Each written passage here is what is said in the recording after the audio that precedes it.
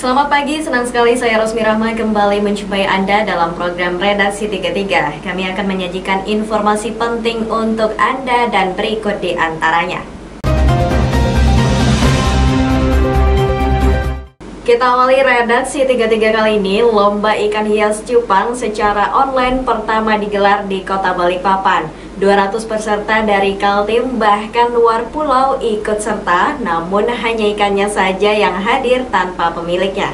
Beginilah suasana lomba ikan hias cupang di tengah pandemi COVID-19 yang dilaksanakan di Kayu Cafe di kawasan Marta Dinata, Balikpapan Kota pada Minggu siang. Lomba ikan cupang hias pada kali ini sangat berbeda dari biasanya. Lantaran tidak ada penonton yang menyaksikan, begitu juga pemilik ikan hanya menyaksikan penjurian melalui online. Untuk lomba kali ini, ikan hias cupang baru pertama kali digelar di tengah pandemi COVID-19 dengan menerapkan protokol kesehatan. Semua dewan juri harus mengenakan masker. Ada 25 kategori ikan hias cupang yang dilombakan yang diikuti sekitar 200 peserta. Ketua Panitia Lomba Ikan Cupang Hias Mulyadi mengatakan, untuk peserta dari seluruh Kaltim bahkan ada yang dari luar pulau seperti Palu. Hanya saja lomba kali ini hanya ikannya saja yang hadir tanpa pemilik untuk mematuhi protokol kesehatan.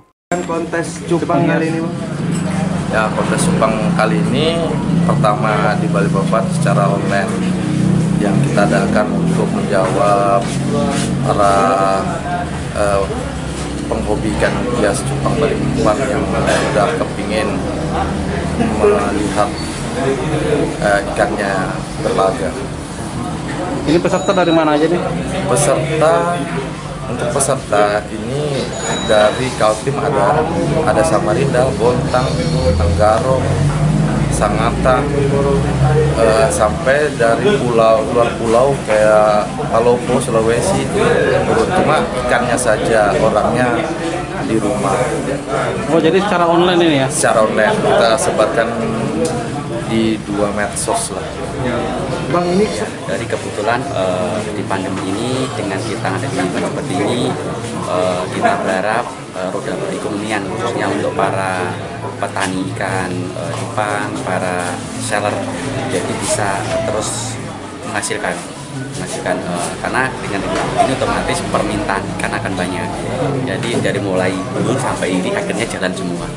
Jadi suatu roda perekonomian tetap jalan meskipun dalam kondisi seperti ini. Lomba ikan hias cupang ini disambut baik oleh peserta lomba lantaran bisa menambah perekonomian bagi petani ikan hias cupang di tengah pandemi COVID-19. Dari Balikpapan, Muhammad Idris, tim Kaltim TV.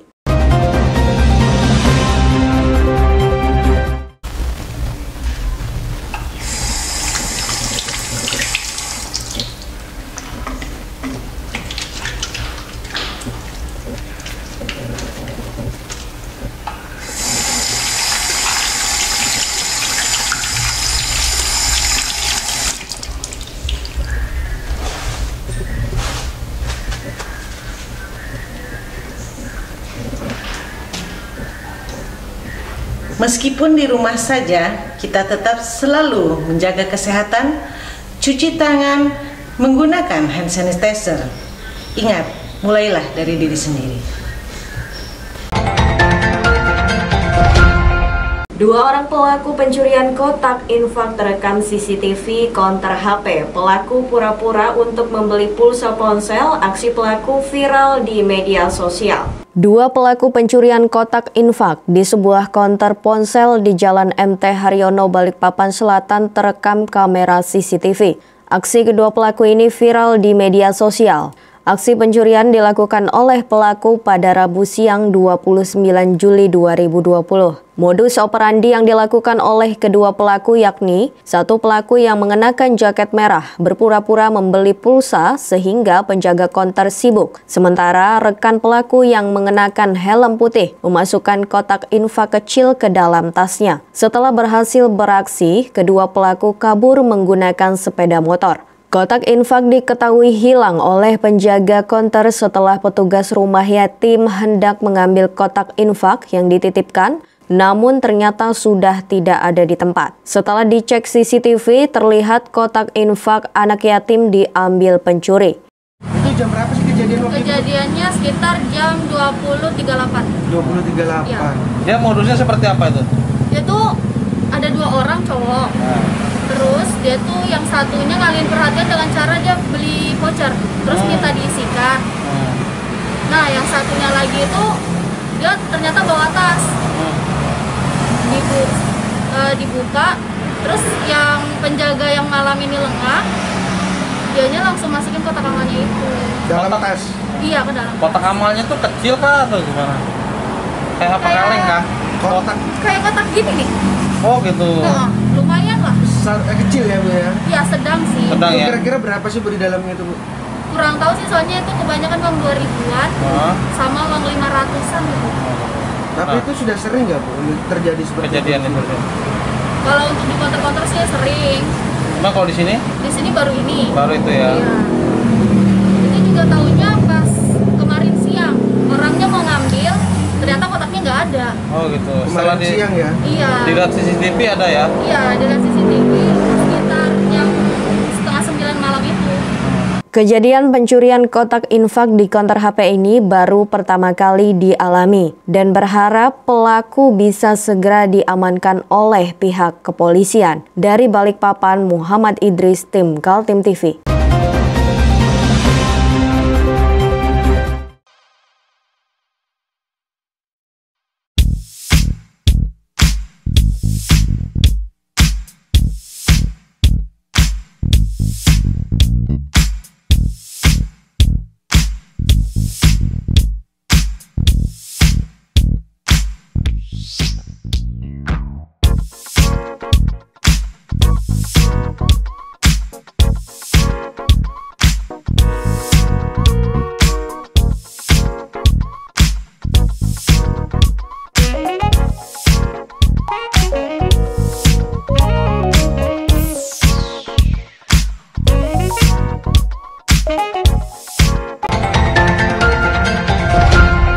Pada Lebaran Idul Adha tahun ini, pengepul kulit sapi tidak mengumpulkan kulit sapi sebanyak tahun-tahun sebelumnya dikarenakan pandemi. Kulit sapi ini nantinya akan dikirim ke Bandung dan Tangerang untuk diolah menjadi berbagai jenis kerajinan.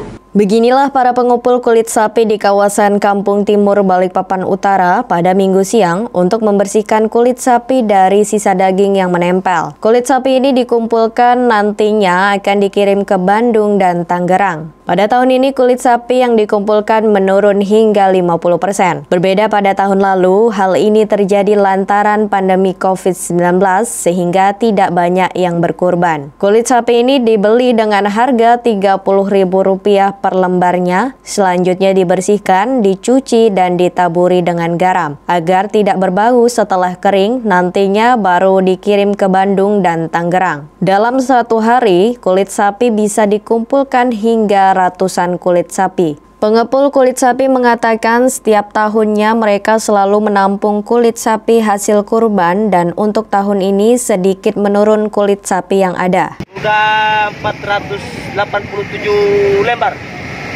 Ini sehari bisa berapa mengumpulkan kulit Om? Kemarin kita ngumpulkan 467. Ini baru 30 lebih. Ini ngambilnya dari ya yang pemotong. Yang pemotong kurban. Jadi kita jual sebenarnya untuk kulit bisa diapakan aja sih Om? Bisa dibikin kerupuk kulit sama kulit sepatu, jaket apa dikirim ke Jawa. Kulitnya biasanya kita kumpul begini, nanti kami di sini kan ambil per lembar, tidak per kilo.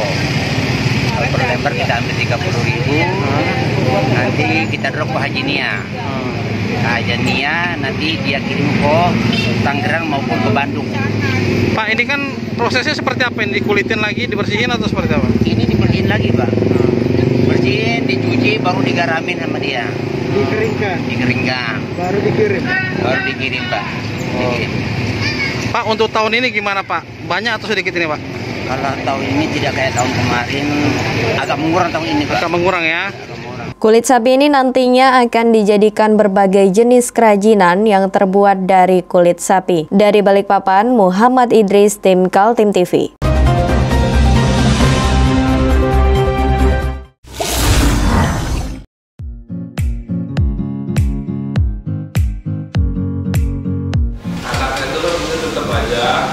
Cara mudah beriklan digital di Kaltim TV.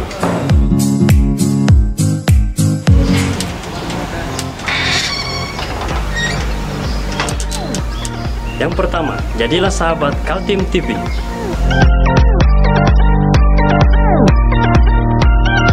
Dengan Rp1.000.000, para sahabat mendapat 20 kali tayang di slot berita kamu.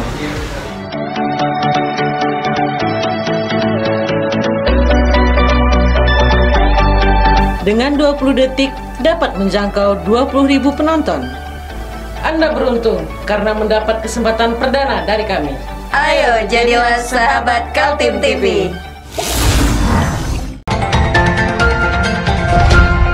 Kita beralih ke informasi selanjutnya. Seorang pria berusia 36 tahun diamankan Satlantas Polresta Balikpapan setelah diduga kuat tersangka di bawah pengaruh minuman keras saat mengendarai mobilnya.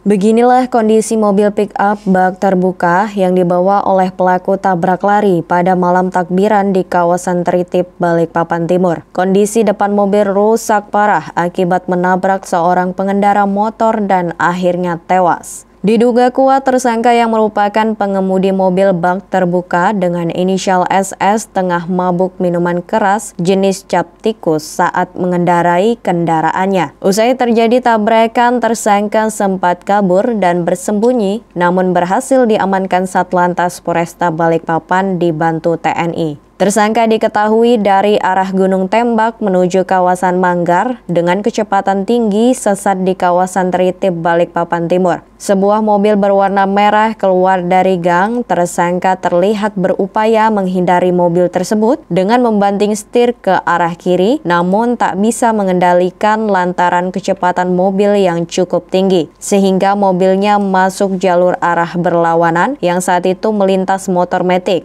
Tabrakan antara mobil dan motor metik tak dapat terhindarkan. Bergerak kendaraan ini bergerak dari arah 38 dengan ada beberapa saksi yang menyatakan bahwasanya sebelum melakukan pengantaran atau bergerak kendaraan ini sempat melakukan aktivitas minum-minum tua seperti itu. Pada waktu ini sempat kejadian, namun kita akan melakukan penyelidikan lebih lanjut bahwasanya apakah ada pengaruh minuman itu pada saat pengendara, apakah ada faktor-faktor yang lain dalam tahap penyelidikan. Namun pada saat dilarikan ke rumah sakit juga si korban sendiri tidak dapat tertolong yaitu tertolong karena cukup berat lukanya atau cukup parah sehingga pada malam harinya dinyatakan sudah meninggal dunia.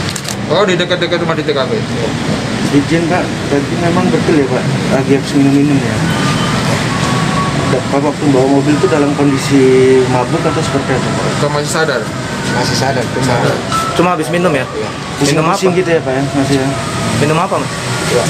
Minum itu tua? Memang ngejar target atau apa Pak? Laju-laju gitu Pak? Lanjut Pak. Kenapa buru-buru? Buru-buru kenapa Pak? Karena dengarnya juga istri mau pulang kan, dia mau berayain hari raya bareng.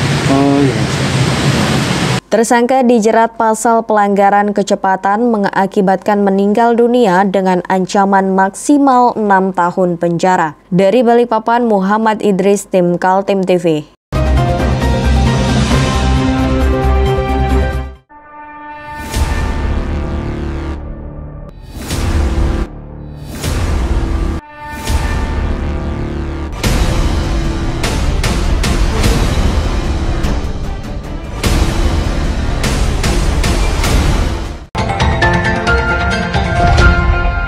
Sebanyak 30 rumah hangus terbakar di kawasan RT 9 Kelurahan Perapatan, Balikpapan Kota.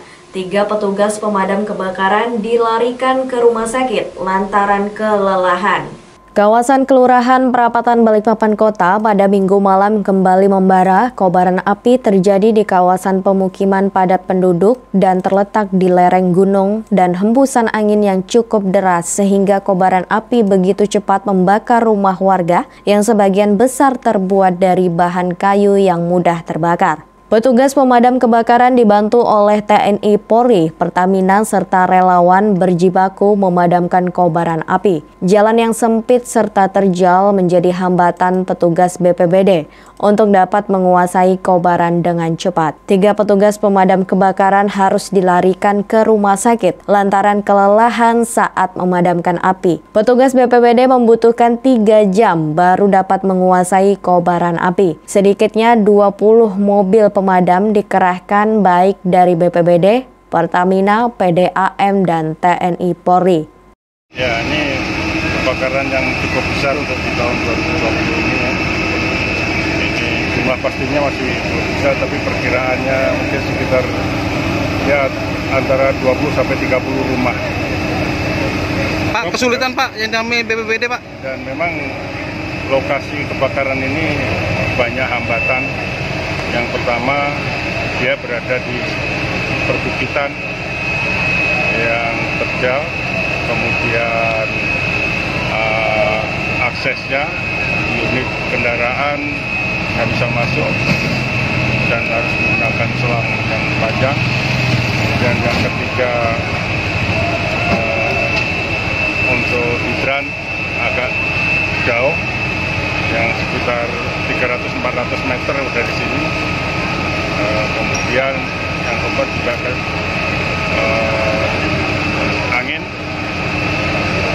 anginnya lumayan besar karena berada di bibir pantai. Kemudian juga ada sebagian masyarakat yang memang masih menonton itu yang juga merupakan hambatan bagi petugas.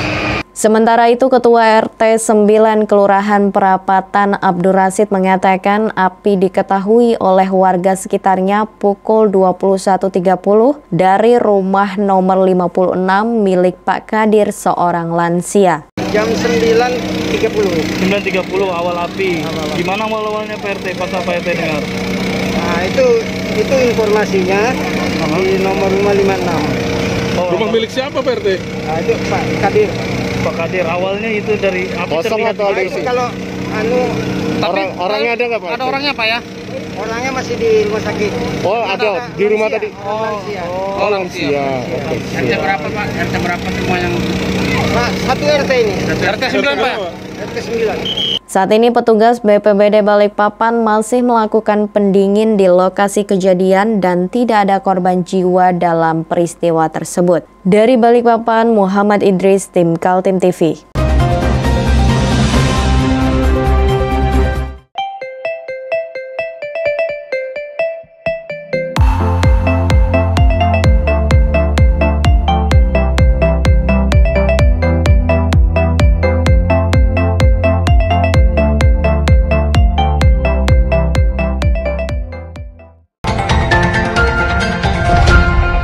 Informasi selanjutnya, kasus perkosaan anak oleh bapak kandungnya mendapat perhatian berbagai kelompok masyarakat. Jika sebelumnya beredar surat yang meminta agar pelaku diadili dengan hukum adat, kelompok lain menolak dan mendorong polisi tidak gentar menjerat dengan hukum positif. Reaksi para aktivis terjadi setelah Satreskrim Polresta Samarinda menangkap RUD. Tokoh organisasi kedaerahan berusia 44 tahun itu diamankan setelah adanya pengakuan anak kandungnya sendiri bahwa dia telah diperkosa bapaknya. Setelah ditangkap, muncul surat permintaan kepada Kapolresta Samarinda yang isinya agar polisi mempertemukan bapak dan anak itu. Kemudian kasusnya diselesaikan secara adat.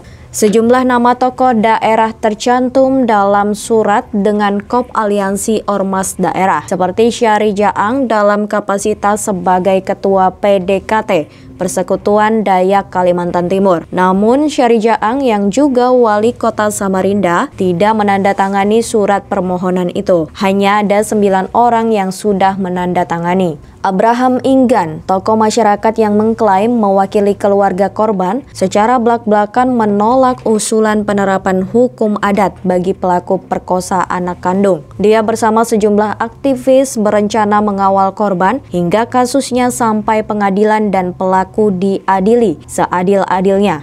Kalau berbicara hukum adat, ya itu ada klasifikasinya. Hukum adat itu ya tidak etis dan pasti akan tidak bisa ya masuk dalam ranah kriminal murni yang tingkatnya seperti ini. Ya, ini adalah tingkat kekerasan rumah tangga, ya, pemerkosaan dan kekerasan ya, yang dilakukan ya, oleh bapak kandungnya sendiri. Itu yang tidak bisa diselesaikan oleh lembaga adat manapun. Ini satu-satunya kita serahkan kepada lembaga hukum negara, hukum positif yang memang sudah berwenang menyelesaikan permasalahan itu melalui peradilan.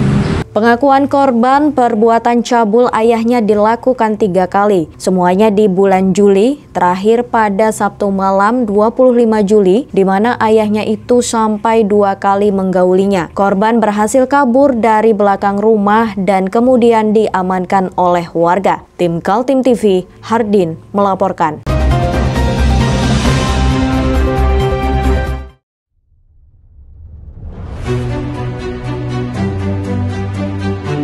Kita ada kegiatan untuk membungkus sembako untuk dibagikan ke masyarakat yang membutuhkan karena COVID-19 ini.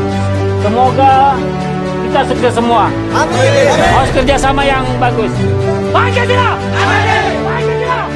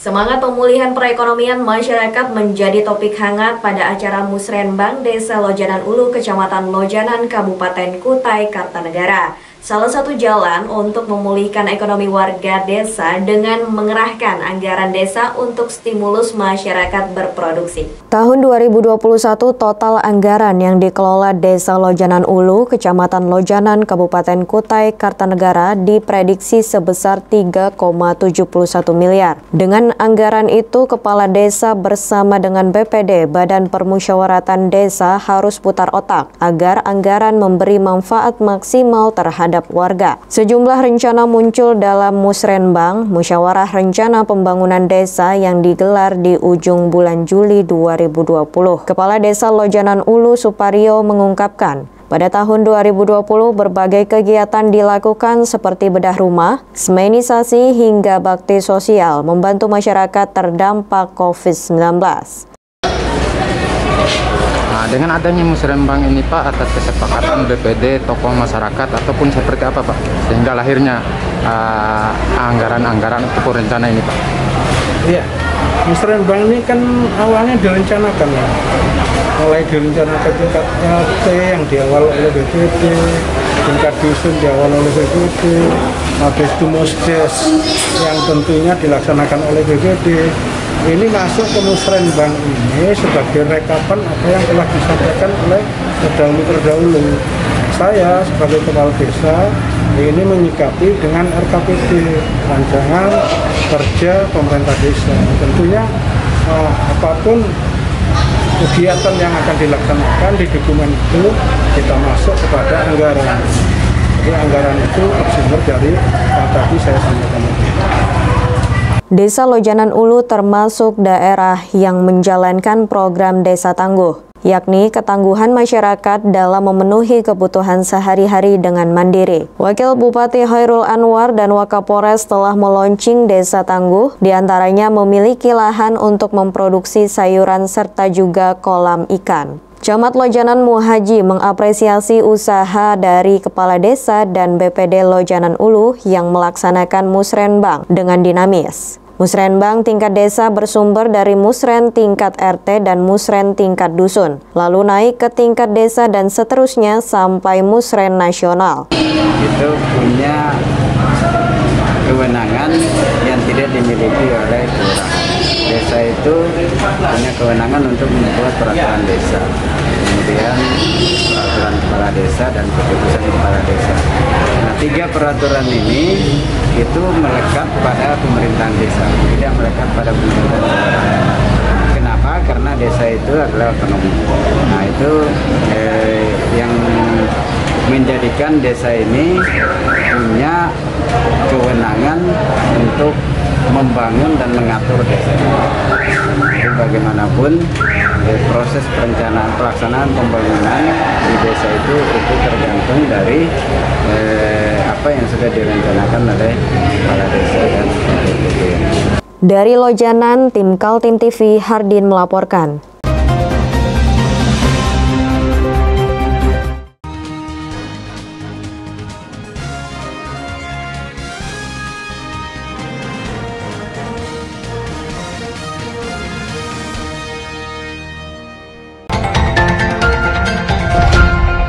Demikian redaksi 33 kali ini. Informasi lainnya dapat Anda simak melalui situs website kami www.kaltim.tv, channel YouTube dan fanpage Facebook Kaltim TV. Saya Rosmi Rahma bersama kerabat kerja yang bertugas pamit undur diri. Selamat pagi, selamat beraktivitas dan sampai jumpa.